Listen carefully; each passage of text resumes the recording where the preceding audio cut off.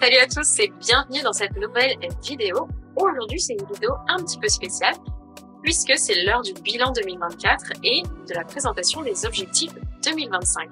Cette année a été intense, riche en émotions, en défis, mais aussi en belles victoires. Que tu sois entrepreneur, freelance ou simplement curieux, je suis sûre que ce partage d'expérience va résonner en toi. Alors installe-toi confortablement, prends une boisson chaude, froide, dépendamment de là où tu es, et c'est parti pour un voyage à travers mon année 2024 et mes ambitions pour 2025.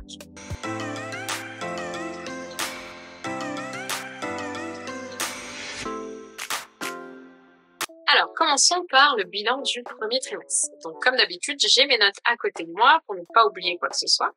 Et ce premier trimestre-là, je l'ai intitulé « La confiance en soi ».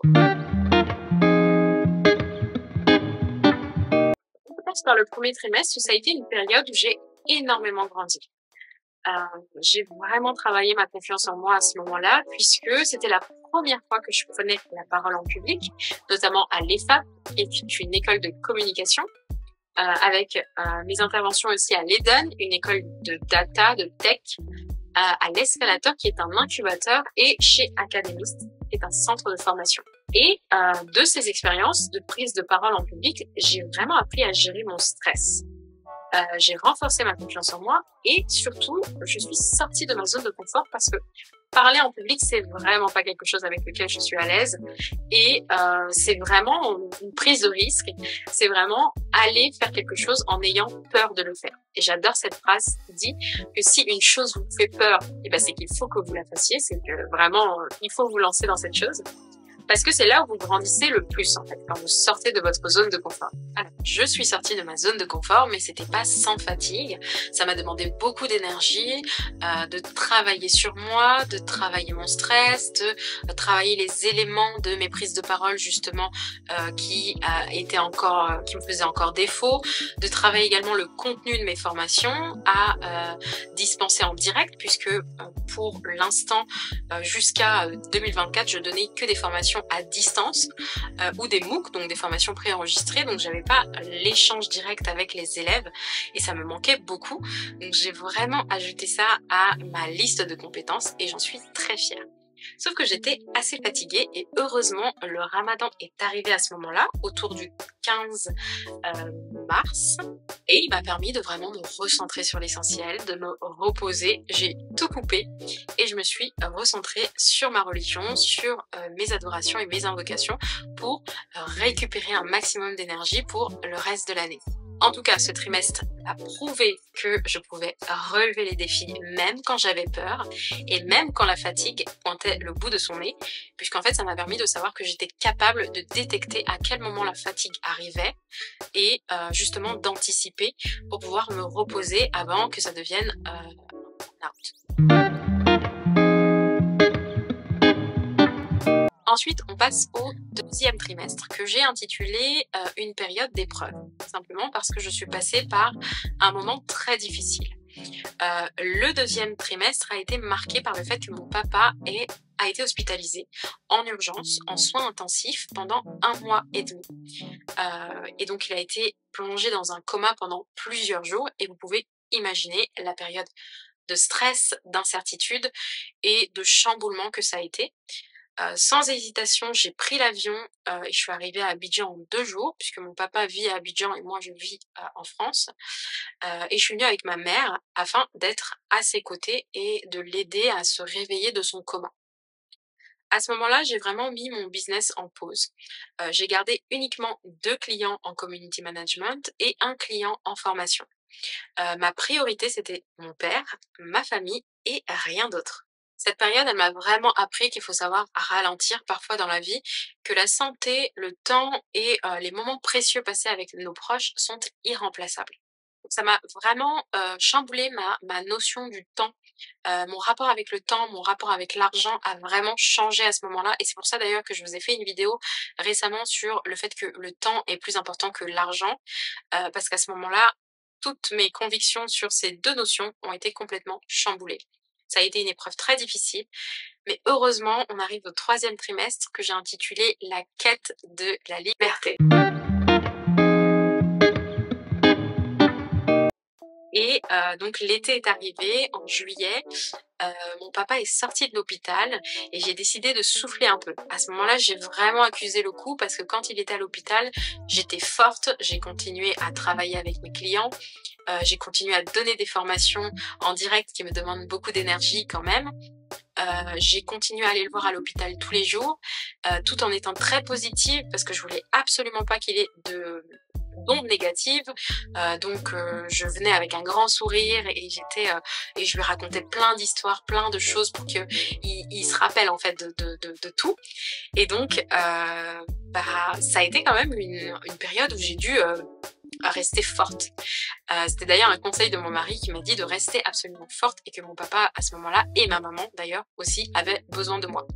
Donc je suis restée forte pendant ces 2 mois, mais à partir du 3e trimestre, j'ai vraiment accusé le coup.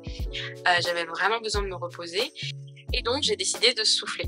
Donc je suis partie en Algérie, le pays de mon mari, pour découvrir ce beau pays, ma belle famille, et ça a été vraiment un temps en famille précieux encore une fois. J'ai découvert des paysages impressionnants et j'ai pu encore une fois me recentrer sur l'essentiel, recharger les batteries. Tout au long de l'année, en fait, il y a eu vraiment des moments où il y a eu des gros moments où j'ai beaucoup travaillé et des moments où je me suis beaucoup reposée, des moments d'épreuve auxquels je m'attendais pas du tout et des moments de joie intense où j'étais avec des gens que j'aimais et dans des paysages, dans des endroits que j'adorais. Et c'est lors de ce voyage en Algérie que j'ai vraiment compris ce que c'était la liberté. Être entrepreneur freelance me permet vraiment de travailler où je veux, quand je veux et surtout d'organiser mon temps comme je veux. Donc avec un simple ordinateur, je pouvais donner mes formations à distance, je pouvais m'occuper de mes clients en community management. Et vraiment, j'ai vraiment ressenti ce sentiment de liberté puisque en général, je travaillais le matin et l'après-midi, je faisais un peu de tourisme, de shopping, etc. Donc j'ai vraiment pu visiter, vivre et malgré les défis, les challenges que ça demande quand même de travailler à distance, j'ai réalisé que j'avais atteint mon objectif, c'est-à-dire une liberté financière, géographique et temporelle totale. Donc finalement, j'étais dans cette quête de liberté et on arrive au 4e trimestre de l'année que j'ai intitulé Trouver l'équilibre. Puisqu'en fin d'année, je suis revenue sur YouTube après toutes ces expériences vécues, mais avec un sentiment assez étrange puisque j'étais entre 2 mondes. D'un côté, j'avais envie de revenir à cette discipline que j'ai toujours eue depuis la création de cette chaîne YouTube, où je travaillais 8 heures par jour, de 8 heures à 18 heures sans m'arrêter, sans voir personne. Et d'un autre côté, j'avais simplement envie de vivre ma vie.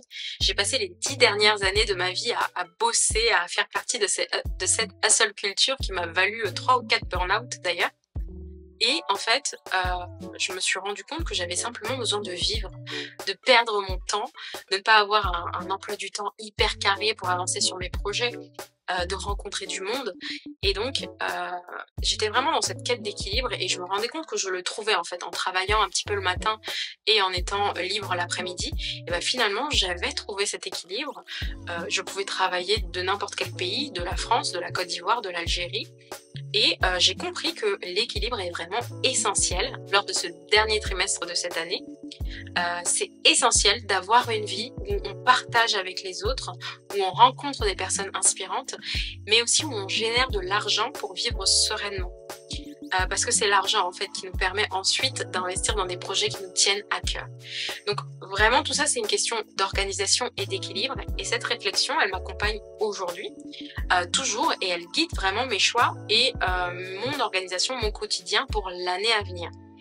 Donc ça me ramène tout simplement tout logiquement à mes objectifs pour 2025.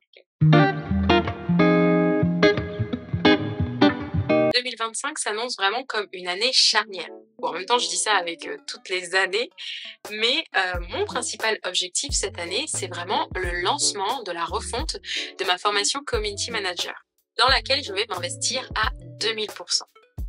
Pourquoi ? Parce que je sais que j'ai beaucoup à apporter dans ce secteur du digital, du freelancing, donc de travailler à distance de façon indépendante, dans le community management précisément. Je suis connue pour ça également. Et cette formation, que je vais mettre en ligne, elle sera complètement refondue, complètement optimisée avec un programme clair, un accompagnement personnalisé et une vraie valeur ajoutée. Je suis reconnue pour ça, hein. Je travaille avec des centres de formation sur cette thématique du marketing digital et du community management, que ce soit des centres de formation en direct ou à distance. Donc j'ai vraiment parfait mes compétences. Je continue à travailler dans des missions en tant que community manager. Donc je pense que j'ai vraiment quelque chose à apporter dans ce secteur.